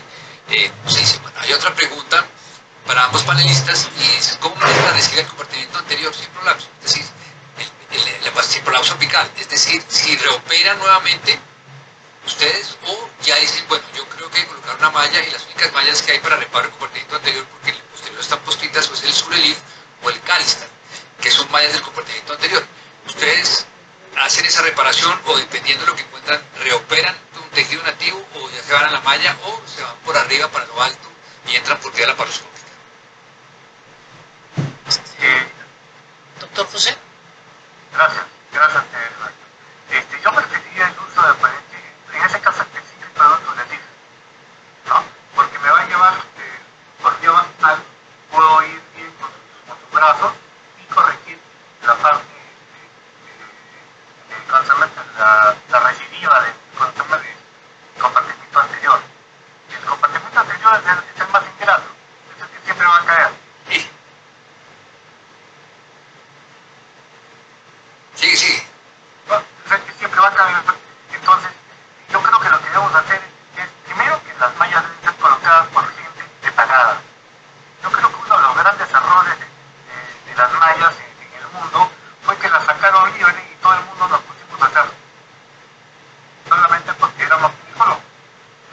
Pero no nos pusimos muchos han sido colocadas por gente que no tenía la experiencia adecuada. Ahora, además, yo creo que podemos seleccionar pacientes y todavía usar las mallas, pero en casos muy seleccionados. ¿Ya? Y de repente, con el tiempo, vamos a mejorar también que están intentando, aunque no han tenido mucha suerte, pero tengo entendido, el uso de nuevas mallas. El uso de nuevas mallas, materiales diferentes, que puedan ayudarnos a que no den este problema que daban las mallas del polipropileno. No quedaban, ¿no? Yo lo que quisiera comentar es, en ese caso que comentaba el doctor Carlos, de la paciente que tiene recidiva de un compartimento anterior, habría que volver a operar. lo que yo quisiera comentar es, la paciente que tiene una recidiva de compartimento anterior casi siempre es porque no se abordó el compartimento medio y el nivel 1, casi siempre. Pero también es una paciente que típicamente tiene una lesión neurológica. La gran mayoría de las pacientes que tienen una lesión neurológica terminan teniendo un piso pélvico que está más relajado de lo que debería. Eso abre el hiato genital, eso cambia los vectores de presión de las fuerzas, de tracción y contracción, de toda la dinámica de la cinética del piso pélvico, y termina tarde o temprano sumándose a los otros factores: el hipoestrogenismo, su síndrome urogenital, el estreñimiento, el pujo crónico, etcétera, etcétera. Entonces, este tipo de casos normalmente son pacientes que fueron abordadas de una manera incompleta. Ahora, en el caso en donde no sea así y donde la paciente, tanto la parte que depende de ella como la que depende del médico, todo se abordó de manera correcta y termina teniendo una recidiva, ojo, sintomática, porque muchas de estas pacientes nosotros la vamos a ver y decimos, ay, otra vez tiene un descenso, pero la paciente está asintomática. Lo que hay que hacer es meter a esa paciente en una terapia de rehabilitación de piso pélvico, fortalecimientos musculares, buenos condicionamientos de vaciamiento vesical para prevenir una lesión mayor a futuro. Es muy raro que una paciente en esos escenarios, quiero hablar la paciente que no tiene defecto de compartimento medio, solamente un compartimento anterior, es muy difícil que requiera una reintervención quirúrgica.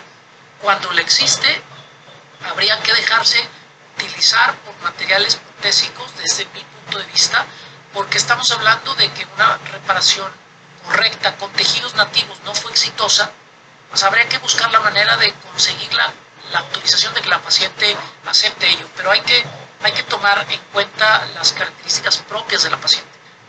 Yo lo que hago es decirle a la paciente, a ver, tenemos dos caminos, los dos tienen riesgos. ¿Con cuál riesgo no te gustaría toparte? Uno es que te volvamos a operar y que después te tengamos que volver a operar, esa es una, o que te volvamos a operar y que después tengamos que operarte porque tienes una complicación de una prótesis que te pusimos para evitar este riesgo de este tu camino. Y con un diálogo la paciente termina escogiendo. Antes de que siga yo a la siguiente pregunta, nada más quisiera brevemente mandarle un saludo al doctor Rentería y a Fernanda Muñiz, que desde Hermosillo nos están viendo y que me pidieron que nos saludara. Con mucho gusto, les saludo desde acá. Bueno, perfecto. Bueno, yo creo que ya son las 10. Hay otra pregunta, pero con respecto a la incontinencia urinaria, y pues que este tema es sobre compartimento anterior y aplicado, ¿no? Posterior, ¿no? La última, como para cerrar de una vez, ¿ustedes prefieren hacer histeropedia? Dijimos que el tratamiento de la histerectomía no es un tratamiento para el colapso, y si la prefieren hacerla de una vez por arriba o la hacen por vía vaginal. Lo que pasa es que aquí tenemos todos un sesgo porque todos somos vaginalistas. Entonces, esa pregunta ya me imagino la respuesta, pero digamos, ¿hacen ustedes de alguna manera histerectomías al promonto con el útero o lo hacemos todo por vía vaginal? Es que es una pregunta a vaginalistas, entonces esa ya me reconozco la respuesta, pero ahí igual la hago porque la pregunta. Realmente solamente en caso de patología uterina, nada más. Tengo la suerte que en el hospital donde trabajamos en equipo. Hay algunos que somos vaginalistas y hay otros que son excelentes laparoscopistas. Entonces trabajamos mano a mano. Y yo por ejemplo a mis pacientes les digo, ¿sabes qué? Por favor, tiene útero, pero quiero que les pongas una malla por arriba, soluciona el problema. Esa es la ventaja de trabajar en conjunto. Podemos ir eligiendo cuál es más adecuado para cada paciente. Yo creo que el concepto que debiéramos demandar, y no porque seamos nosotros, sino que ese es el concepto de la evidencia al día de hoy, es que debemos de priorizar las rutas de acceso naturales, como la vaginal. Debemos de tratar solo lo necesario, es decir, eso que nos dijeron nuestros maestros de que el útero solo se servía para dos cosas, para dar hijos o dar cáncer. Es un paradigma que tenemos que romper. Si el útero está sano, simplemente está fuera de su lugar, hay que utilizar los dispositivos de materiales y cirugías que nos permiten corregir eso, porque está probado que todas las complicaciones se aumentan cuando se quita el útero, por más técnicas, digamos, que se utilicen. Hay que tratar todos los aspectos en esta visión multicompartamental del prolapso, porque si no, es ahí donde nos faltan hacer cosas y terminamos teniendo complicaciones. Tengo acá registrados preguntas que voy a responder en el WhatsApp. ¿Cuál es la diferencia entre extrusión y erosión? ¿Qué hacemos con una paciente que la operaron y 6 meses después de una cita volvió a tener incontinencia? ¿Cuándo se retira la sonda en una paciente que hizo disfunción de vaciamiento? ¿Qué se le hace a una paciente que la operaron de una colpo anterior sin cinta, pero hizo de todas maneras disfunción de vaciamiento? Bueno, esas y todas las preguntas las tenemos acá registradas y las vamos a responder a través del canal del WhatsApp. Sí, me parece muy bien porque ya estamos tardidos, ¿no? Entonces, como usted habló del Congreso Nacional, pues yo voy a hablar del Congreso de las BUC. Antes el BUC y ahora Colegio es ahorita en Guadalajara, están también todos bienvenidos, me invitaron ustedes muy cariñosos, estaré por allá hablando 2 charlas, entonces también están todos invitados los de este webinar y yo pues ya le dejo la palabra a Dante o a Rosita y felicitarlos a los conferencistas y a todos los asistentes por la paciencia. Muchas gracias. Muchas gracias, Carlos, muchas gracias, Heriberto, muchas gracias, Pepe. Francamente, ustedes galanan estas reuniones y sobre todo que compartimos el conocimiento para el servicio de nuestros pacientes. Reciban siempre un afectuoso saludo de nuestra presidenta Rosa Reati, que está en estos momentos, nos ha mandado un escrito para saludarlos. Y quiero comunicarles que el doctor Heriberto Lizaola, va a ser muy difícil que nos olvidemos sobre el apellido, con esa analogía que hizo. Pertenece a un grupo que se llama CALDE, que es el Centro Académico Latinoamericano, que una de las cualidades que en los mejores trabajos en inglés los traduce al castellano para difundir el conocimiento. Quiero comentarles que el servicio de ginecología del Hospital Rebagliati, ginecología especializada que dirige nuestra jefe actual, es la doctora Patricia Orihuela, conjuntamente con CALE Internacional, o sea, el Centro Académico Latinoamericano, conjuntamente con la Asociación Peruana de Uroginecología y Funciones del Piso Pélvico, está realizando el 24 y 25 de agosto un webinar muy interesante que es cistoscopía para el ginecólogo. Hay posibilidad de pasar un PowerPoint. Es cistoscopía para el ginecólogo, una herramienta importante para el ginecólogo. En Perú generalmente los servicios de urología son los únicos que tienen cistoscopio y generalmente no usamos cistoscopio los ginecólogos, pero creo que es una herramienta sumamente importante en el manejo de la patología del piso pélvico. De tal manera que reciban ustedes el saludo de la doctora Patricia Orihuela como jefe del servicio de ginecología especializada del Hospital Rebagliati, el saludo de la doctora Rosa Reati como presidente de la Asociación Peruana de Uroginecología, del doctor Willy Dávila y del doctor Heriberto Lizaola como coordinadores CALE Internacional, e invitarlos a este importante workshop que va a tener la virtud de que se va a realizar cistoscopías con vejigas y va a haber algunas cirugías demostrativas. Con esto damos agradecimiento especial al laboratorio Tecnofarma que nos presta la plataforma en forma gratuita para difundir estos conceptos y agradecer a la hermandad que se establece cada vez con todos los médicos latinoamericanos que compartimos el conocimiento en nuestros espacios. Profundamente agradecidos, doctor Grande, doctor Lizaola, doctor Díaz, por el compromiso que han tenido en participar con nosotros esta noche. Muy amables.